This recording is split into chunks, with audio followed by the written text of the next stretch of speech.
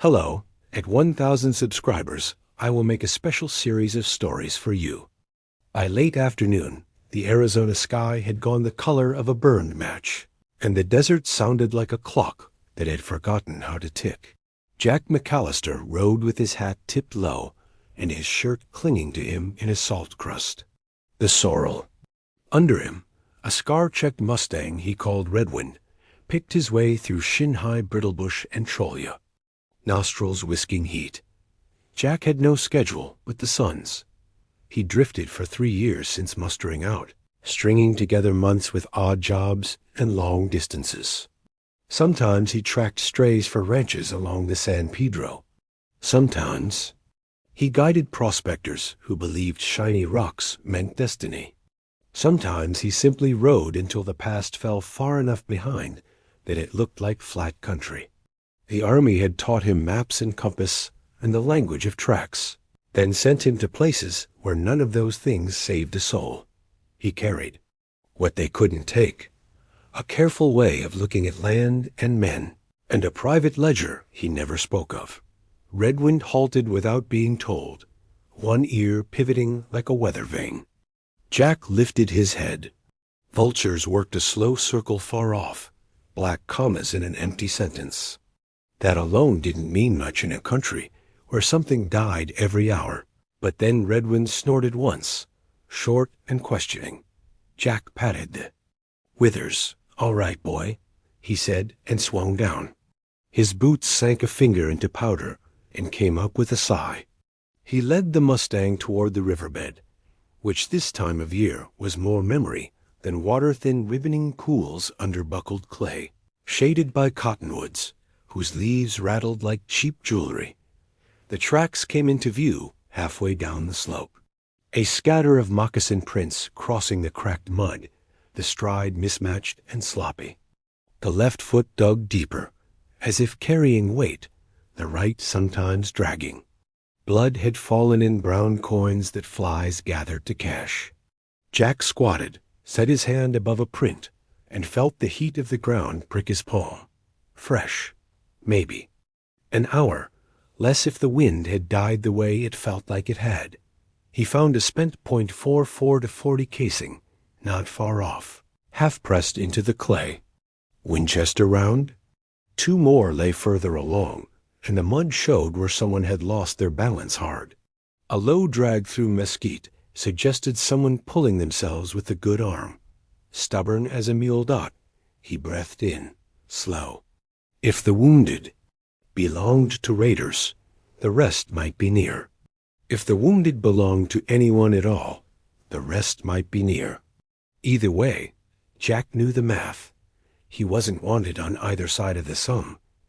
Redwind puffed at the shade and then, with a deliberateness Jack had long since stopped calling luck, looked toward a tangle of creosote at the bend.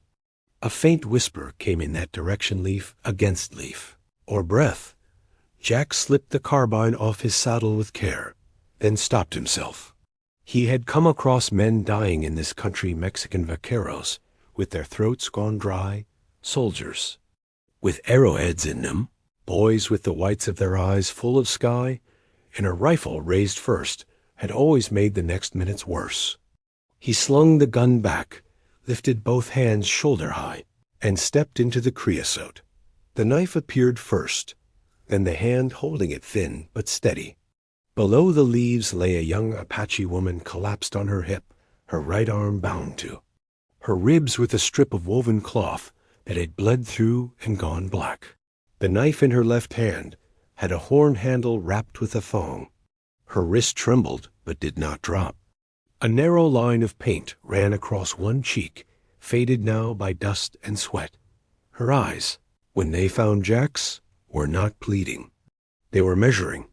"I'm not here to hurt you," Jack said very quietly. He pointed with his chin, not his hands, toward his canteen, water.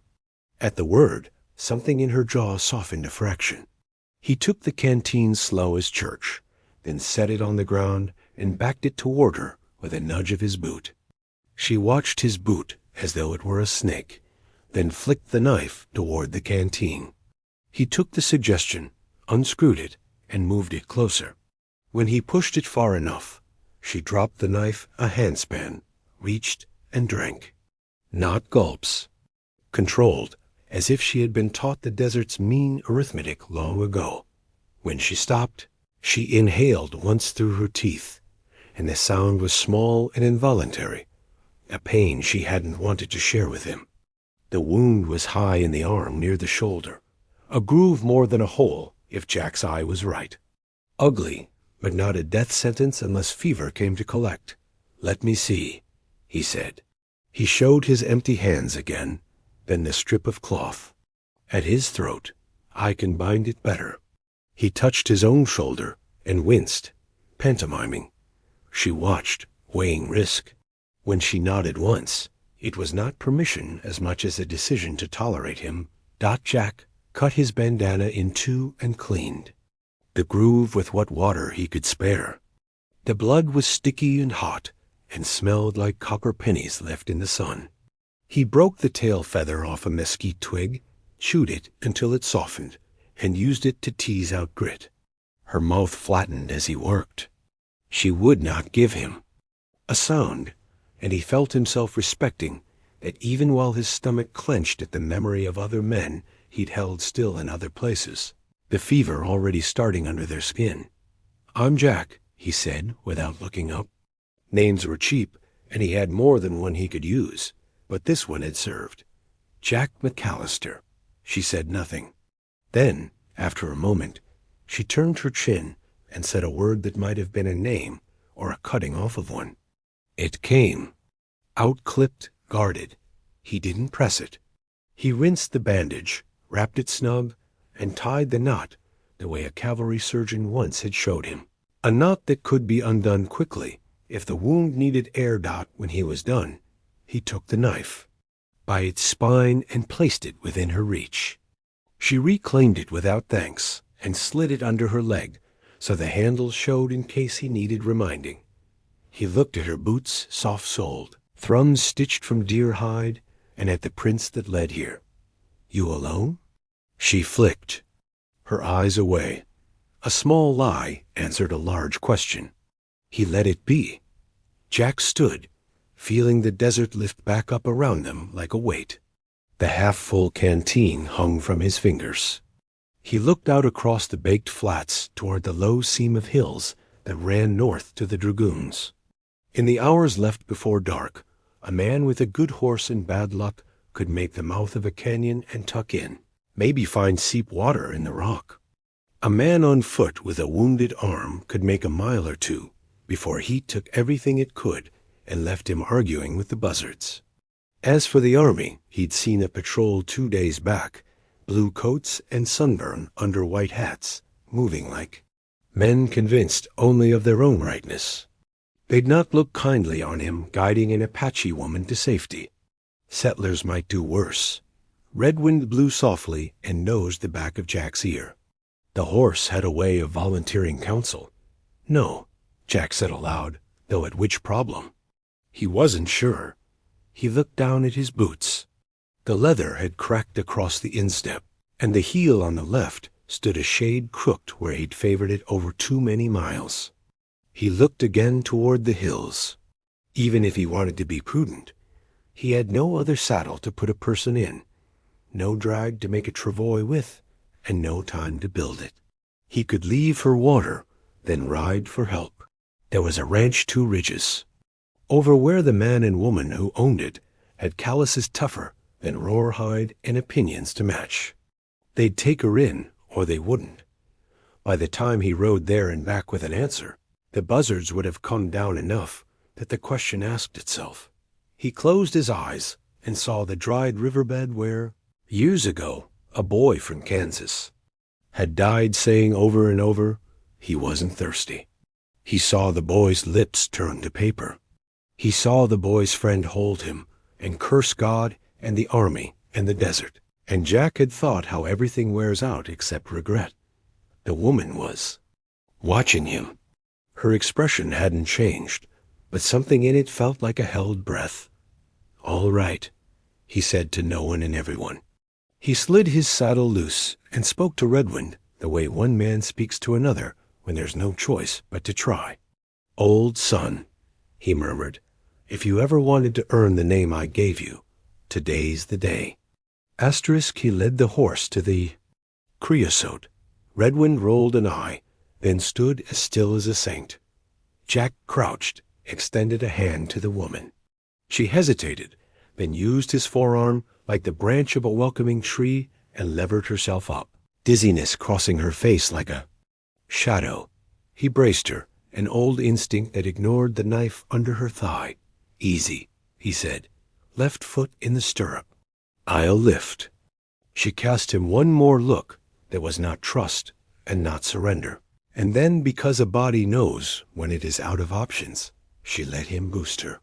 She moved with care not to jar the wound, and once she was in the saddle, she corrected her posture, the way a horsewoman does. Economy of motion, knees closing, weight settling to center. That told him as much as any words could. She belonged on a horse. Jack tightened the cinch, looped the reins so they were easy in her good hand, and tied his bedroll behind the cantle. He'd keep the rifle, the canteen, and the knife he hid in his boot. Everything else a coffee tin, a coil of rawhide, a stub of tobacco, a single book of psalms someone's mother had pressed on him years ago. He stowed deep in the saddlebags and hoped the road would allow it to be unimportant. "You ride," he said, tapping his chest, then pointing toward the hills. "We go there." She stared toward the ridgeline, then she raised her chin a fraction at a point east of where he'd indicated. A canyon he hadn't seen from here? A camp? Jack followed her gaze and marked a faint notch where the slope broke like a cut lip. He nodded. Her eyes flicked down. He had understood. He clicked his tongue, and Redwind started forward with his familiar ground-eating walk. Jack fell in beside the horse's shoulder, his hand on the rein to steady the moray if the woman wavered. Heat pressed the smell of creosote and horsehair into his nose until he felt they'd live inside him forever. The sun slouched toward the hills and broadened, a mean eye getting sleepy. For a while, there was only the rhythm of hooves and the whispered complaints of his boots. 3 times he glanced back and saw no dust chase them, no riders crest a ridge, but he kept the carbine loose in his hand. The woman, for her part, watched the land like someone reading a story she already knew. Twice she touched his wrist with her bare fingers and then pointed, once at a notch that turned, out to hold a little pool where the river refused to admit it had ended. Once at a fold of land to avoid where the ground lay treacherous under a crust, the kind of place that swallows a leg dot at the pool. Jack let Redwind drink in turns 3 breaths, head up, 3 breaths again, and then he knelt, filled the canteen, and passed it to the woman. She took 2 careful swallows, and then, unexpected as rain, she held it back toward him. He studied her as if the offer were a test. Then he drank, letting the first mouthful sit against his tongue until it felt like a promise. A coyote watched. Them from a distance, piss-yellow eyes set in a face like a question. It trotted parallel for a minute, hoping for weakness, and angled away when none showed. A hawk cried somewhere high. The sound rhymed his bones with old memory, bugles and cracked drums and the rake of hooves on hardpan at dawn. "Your people near?" he asked once when the land went briefly gentle. He spoke the Spanish word for close circa, because sometimes that bridged gaps where English was a rock in the throat. She returned a low word of her own that might have been yes or might have. "And I am listening hard to every wind dot as twilight found them. The desert changed its face. Heat seeped out of the ground like a sigh. Colors sharpened, purples and rusts coming forward, shadows lengthening until each tall saguaro lay down a black spear toward the east. Jack felt the day loosen its hold, and night take the first tug. He pushed on. They skirted a stand of ocotillo, whose bare green canes held a few late red blossoms like small flames. Bats came out and stitched the air with erratic thread. Somewhere, far off, a rifle snapped twice, flat and unimportant at this distance.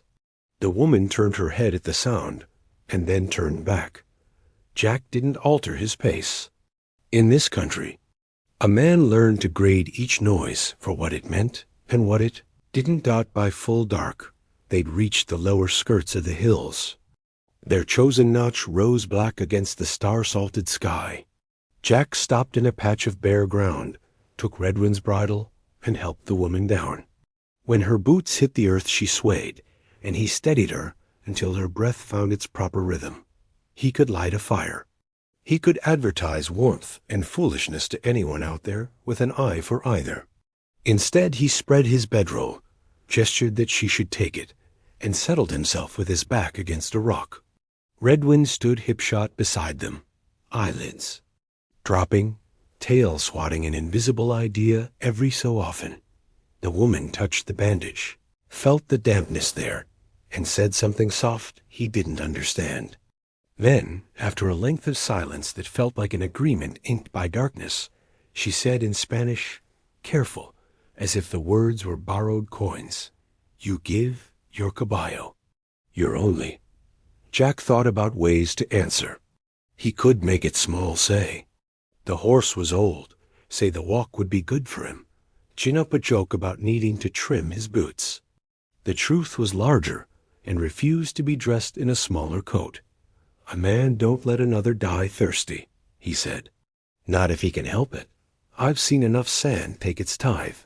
She looked at him for a long moment, as if measuring the silla, grain of the wood he was made from. Then she tipped her head, just once. Not thanks, not yet, but a mark set down in some account book he was not permitted to see. Jack closed his eyes and found, as he often did when night pressed close, the old habit of prayer creeping up on him like a dog that never stopped hoping for scraps. He was not a pious man. He believed in what hands could do, and what the desert could not be persuaded from doing. Still, he asked, not for safety, which was a joke out here, but for clarity, and for enough luck to turn his foolishness into something better than it had any right to be. The stars came forward until the sky looked old. Somewhere in the black, water moved inside rock, keeping its secrets. Redwind shifted, dreaming whatever horses dream. Open gates, deep grass, no saddles, no guns. The woman lay on her side, her wounded arm propped right, her knife in the curl of her fingers. Even in sleep, she approved no surprises. Jack kept the first watch because that was how he was built. He listened until the desert's silence changed into a list of small noises. Insect wings, a pebble skittering, a nightbird calling two notes. He thought about dawn and where they'd go when it found them. He thought about the riders who might follow a set of tracks leading to a notch. He thought about the ledger he carried and a page that had just written itself. When at last he eased his hat down over his eyes and let himself slip sideways toward sleep. His last waking thought was not about the army posting warrants or settlers sharpening words into knives. It was the ordinary, stubborn fact of Redwin's breath moving in and out, of another breath near his boots doing the same, of the night making room for three living beings in a country that often refused. He had given his horse. Tomorrow would decide what that meant. For now, the stars kept their appointments, and the desert kept its counsel, and the man who had chosen the harder road stretched his legs and waited to see who else had seen him take it. Night came down slow, as if the sky were reluctant to admit what it knew was next. Jack waited for the last band of orange to slip behind the ridge. Then he moved them deeper into the notch the woman had chosen, through a narrow stone hallway, where the air cooled by degrees until it smelled faintly of dust and old rain. The way narrowed to a cleft hardly wider than Redwin's chest. Jack led the Mustang sideways, hand low on the rein, and felt the horse's ribcage brush rock. Beyond, The ground opened into a pocket valley, a shallow bowl tucked under an overhang of caliche. Moonlight pooled pale on the floor of it. The edges held scrub and a scatter of stones. It wasn't a hiding place so much as a place that wouldn't immediately give them away. In this country that passed for luck, he settled her under the overhang and gave her the roll again, though he kept his saddle for a pillow-old habit. Redwind he ground-tied and rubbed at the withers until the horse's eyes went sleepy. The woman watched everything he did with the quiet attention of a hawk that had chosen not to hunt yet. When he crouched to check the bandage, she lifted her chin without being asked. The groove had wept through. He pressed 2 fingers gently. Around it, the flesh was hot, but not angry. Fever could come later like a taxman. For now, it was a debt only promised, without a word. She took a pinch of crushed leaves from a small pouch at her belt leaves. She'd softened with her teeth on the walk and dabbed the paste along the edges of the wound. Creosote, by its smell, sharp and clean, like the air after rain. Jack had seen that trick before and did not make the mistake of offering advice where he had less right than a lizard. Sleep, he said, shaping the word with his hands to be certain. He cupped his palms together like a pillow, then pointed to his eyes and out at the dark. I'll watch. She studied him, then tapped 2 fingers to her own chest and traced a crescent in the air, a gesture like a new moon rising. His best. Guess. I will sleep when the moon has lifted. Or maybe, wake me at moonrise. Either way, agreement. She laid the knife near her belly, hilt in the curl of her good hand, and turned on her side to spare the shoulder. Jack set to the small, useful work of waiting. He peeled a length of rawhide and strung 3 mesquite thorns on it, then tied it low across the mouth of the cleft so that a careless boot would pluck it and make a sound like a struck cricket. He placed pebbles in 3 little stacks, a habit. He'd learned from a scout with more patience than God's own book one at the entrance, 1 halfway in, 1 at the overhang. Anything brushed would tumble and speak. He wrapped his canteen in his coat to keep it from catching moonglint, and he counted out his cartridges in the dark by touch and made himself put 2 back. It kept a man from firing his last rounds without knowing it. Redwind breathed slow and even. The woman's breath found the same pace. Jack let his own lungs match theirs and felt his heart fall into line. A cool wind combed the notch from east to west and carried nothing on it that had shape. Far below, some night bird tried 2 notes over and over until it either learned the rest or gave up. A coyote sang 1 thin line, and then another answered an octave away, as if arguing about a map dot. He had the first watch, because he always took the first watch. When the moon eased itself up past the rim of the notch, like a coin rising out of a slot, he leaned over and touched the woman's wrist. Her eyes opened without the rest of her moving. Quiet as thought, she pushed herself to sitting and to her knees. Jack put a finger to the bandage. She nodded once, her face unreadable, and somehow less guarded for that. He slid his hat down over his eyes and let his back soften against rock in the prescribed way of men who wish to sleep without quite doing it. Somewhere between one breath and the next, he must have gone under. When he came back up, it was to the feeling, more than the sound, of hooves on stone. He opened his eyes. The woman's head was cocked, her focus far away down the cleft. Not hooves. He realized a second later stone settling, the notch cooling. He breathed out. Her mouth tipped in the smallest echo of a smile, and for a moment the air felt like it might be permitted to be shared. Jack, he said quietly, tapping his chest. He'd told her before, but names sometimes needed arriving. At twice.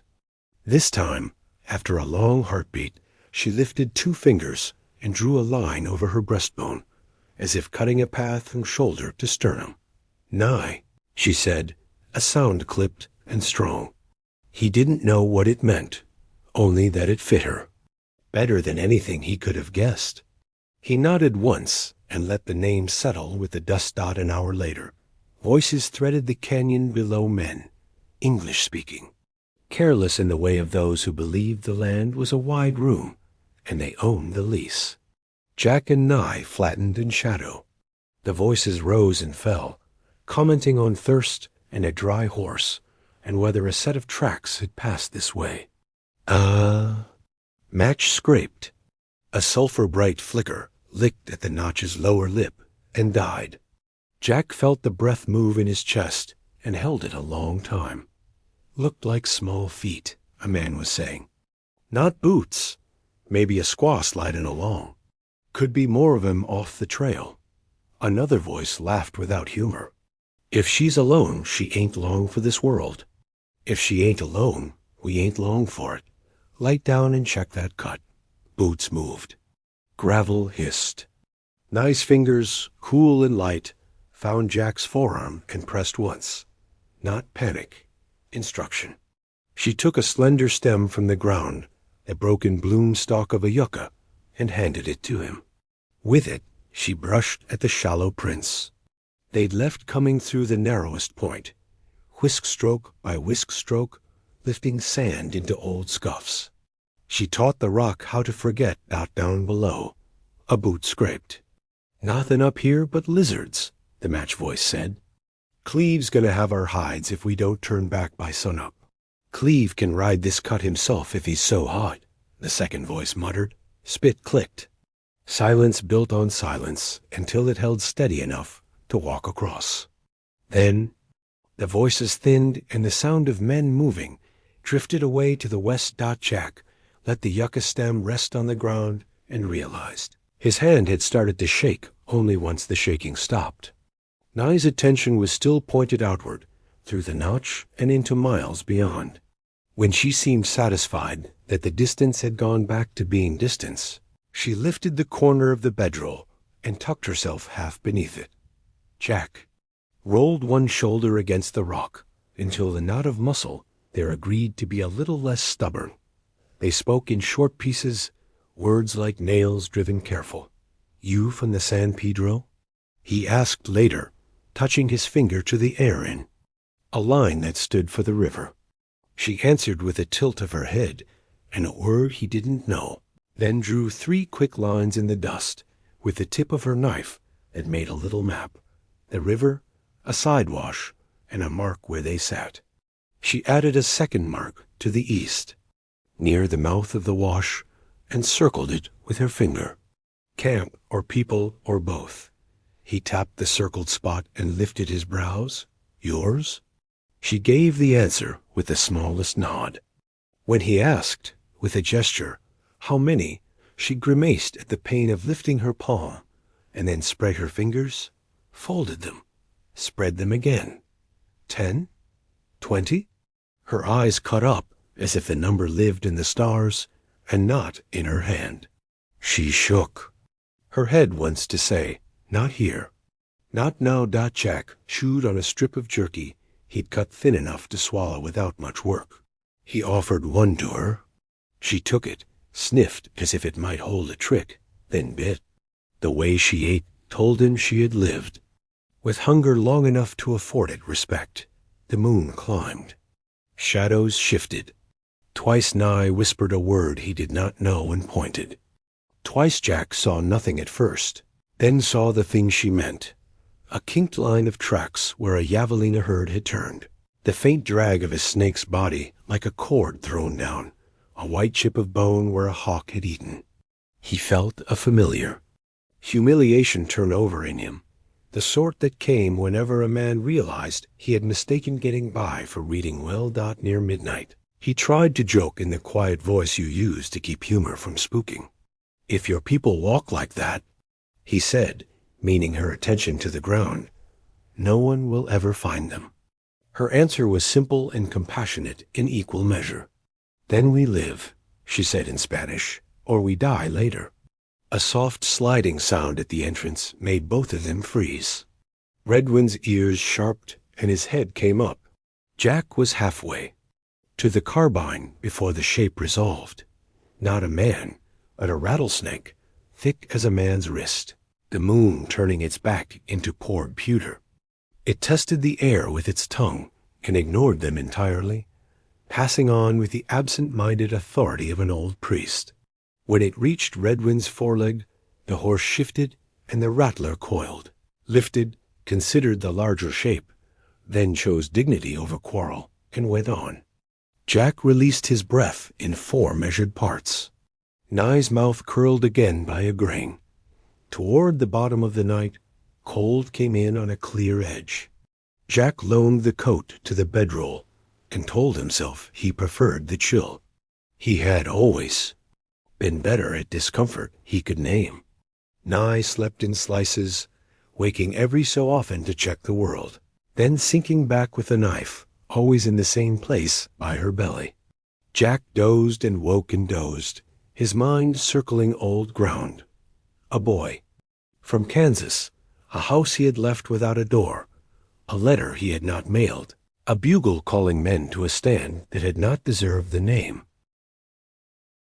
Sometime after the stars turned their slow corner, Nye sat up entirely and touched his shoulder. Her face was all listening. Jack lay still and let the sound come to him rather than going to fetch it. A far-off notch of metal, a dull thump, another. Not close, not yet, but not the wind either. She made 2 quick marks in the dust with her forefinger, each like a small inverted V horse's. Many. She added a dot near them, then drew a line between the marks and their own shelter. She tapped.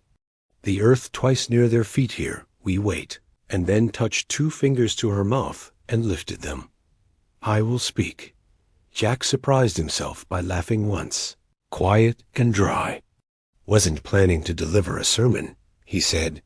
He stood, rolled his shoulders, and rechecked the tie on his boots. He thought about a white cloth, a flag. He had none, and wouldn't have trusted one if he did. Instead, he folded his coat, put it on a rock where the first light would find it, and checked the length of the shadow it made. It was a way to know precisely when dawn had its hold. Jack, he said again, because names can be anchors in water, you do not know. Nye, he added, feeling the shape of it settle in his mouth like a small stone. She neither smiled nor frowned, only inclined her head as if placing 2 items on a shelf where they would be easy to reach. He considered leaving. He considered slipping out before the light drew a sharp border around everything, finding a different notch, a different plan, a different ledger to write tonight's line in. He encountered, as he did whenever Prudence spoke up, the plain fact that he could not speak 2 truths at once. He had given a horse. He had made a choice that had the kind of gravity a man only gets a few times. You didn't walk it back because your nerves had woken up Dot, so he stayed. He put the carbine lengthwise on the ground and stepped back from it by the breadth of 2 boots. He adjusted his hat brim low to hide his eyes without hiding his face. He stood where a man could be seen, needing nothing except permission to keep breathing. A sky lifted from black to a blue so thin it felt like glass. The first cold thread of light found the coat he'd placed and turned it into a patch of new color. He could smell the sun coming the way one smells iron before a storm. Redwin shook himself, mane whispering. Nye tightened the knot at her shoulder and did not wince. Hoofbeats. This time there was no mistaking them. The low drum of many animals moving as if the earth itself had grown a second, deeper pulse. Dust drifted into the cleft like breath held too long. Jack's mouth went dry and then forgot itself. He pressed his tongue to the roof of it and counted the beat without deciding to. Nye closed her hand around the knife and then, deliberately, opened it and set the blade down. She rose, small and upright, under the overhang, and tipped her chin in a way that made her look like someone else entirely, someone you'd not have noticed until you realized you were already obeying. Wait, she said softly, in a voice meant for the narrow space between 1 second and the next. "I speak." Jack nodded. He'd waited before in his life, on ridges, in trenches, in rooms where temper was another way of saying love with nowhere to go. This waiting felt different, not smaller or larger than those, just truer. The hoofbeats filled the morning. He could feel them now in his boots, in the rock, in his chest. The mouth of the cleft brightened into a pale doorway. And then, on the breath where night surrendered its last argument to day, the first shadow crossed that doorway, and the outlines of mounted men resolved from the dust, not 1 or 10, but rolling many, faces painted, hair lifting in the new light like black river water. The air itself changed. Redwind raised his head and did not move. Jack kept his hands open and empty at his sides. Nye stepped forward a single pace, a slim figure with her wounded arm bound tight and her eyes clear. The waiting was over. What came next would be measured in gestures, not bullets, at least to start. Jack thought, with a sudden calm he had, not earned, that sometimes a man gets to decide what kind of story he is in by how he stands for the first words. He stood the way he wanted the story told. The first man through the cleft looked like he had been cut from the rock itself. His shoulders were broad, his chest bare except for a necklace of claw and turquoise, and his black hair spilled like water down his back. A lance with eagle feathers rode in his hand, the point painted red. Behind him poured the others line after line of mounted Apache, 70 in all by Jack's quick count, though the number blurred when dust clouded the canyon mouth. They came on silent, hooves muffled, in sand. No war cries, no whoops, no thunder of guns. Just the heavy, measured sound of horses filling the canyon until it felt too small for breath. Redwind tossed his head, but Jack laid a hand on the Mustang's neck. A young woman nigh, as she had named herself, stepped out from the shadow of the overhang. She raised her good hand and spoke in a voice that carried without shouting, low and firm, as though the canyon itself were leaning to listen. Her words tumbled quick and sharp in Apache, her finger stabbing the air once toward Jack, once toward. Her bandaged arm got every mounted face turned toward him. Some eyes were narrow slits of suspicion, others hard as arrowheads, a few unreadable. The ring tightened until Jack stood in a half-circle of men and horses. Jack kept his hat brim low, his hands where all could see them. He had been in enough standoffs to know the language of stillness. When 70 rifles and bows and lances were pointed your way, motion was an accusation. The tall man dismounted. His steps were slow, deliberate. Dust clung to his calves, his moccasins stitched with red beadwork. He carried himself like a man used to obedience, not requests. When he stopped 3 paces away, silence fell hard, as if the canyon itself were listening for his verdict. "You," the chief said, his English thick, each word a stone placed carefully. "Why give your only horse to enemy?" The question hung between them.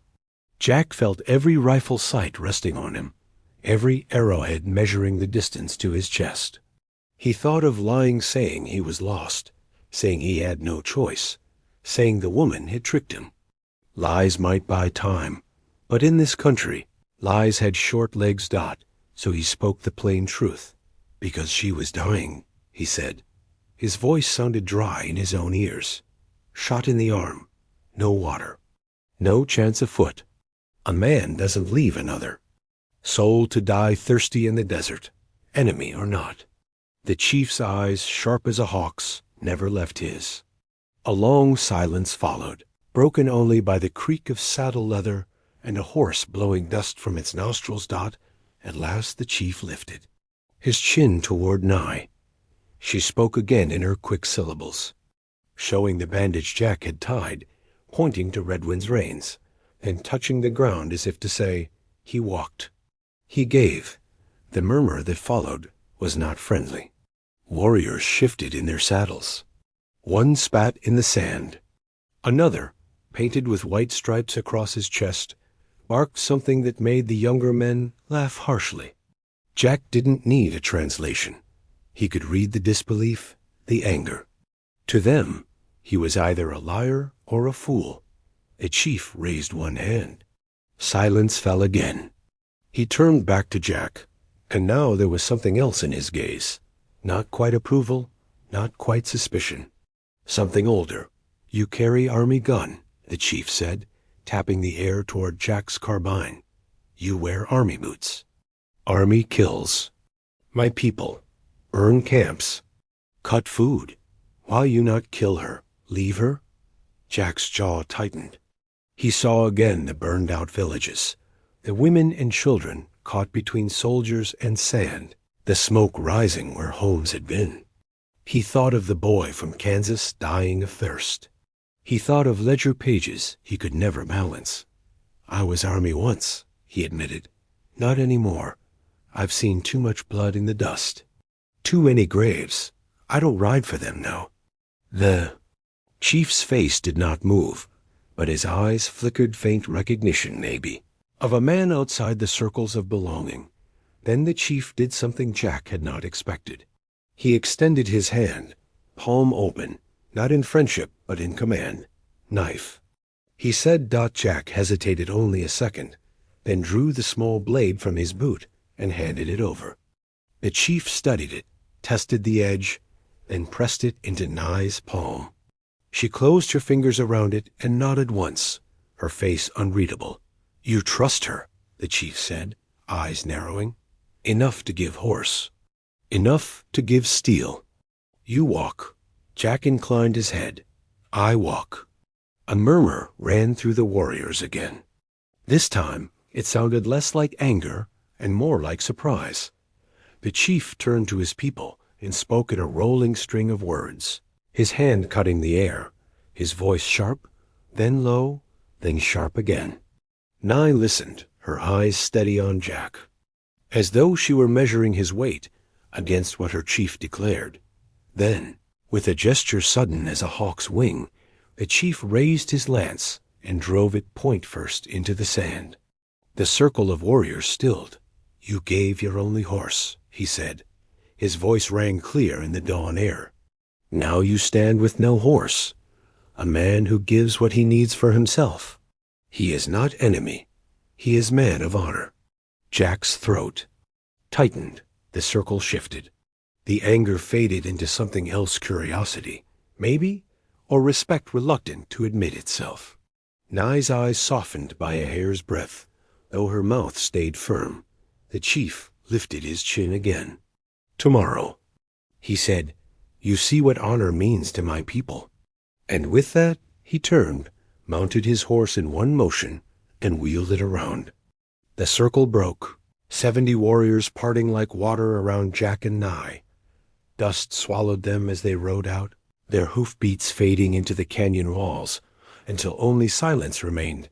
Jack stood there a long while, Redwind's reins in his hand, the taste of dust in his mouth, and a knot of questions in his chest. He had given away his horse to save a stranger. What he had received in return, he did not yet know.